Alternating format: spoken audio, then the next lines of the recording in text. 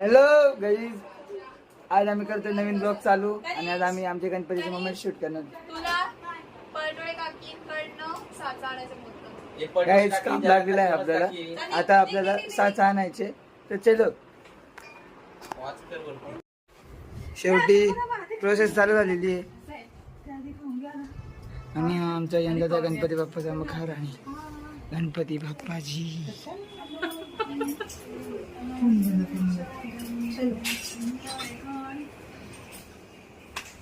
जो बनवते त्याला काय बोलता येत नाही म्हणून काय बोलत नाही.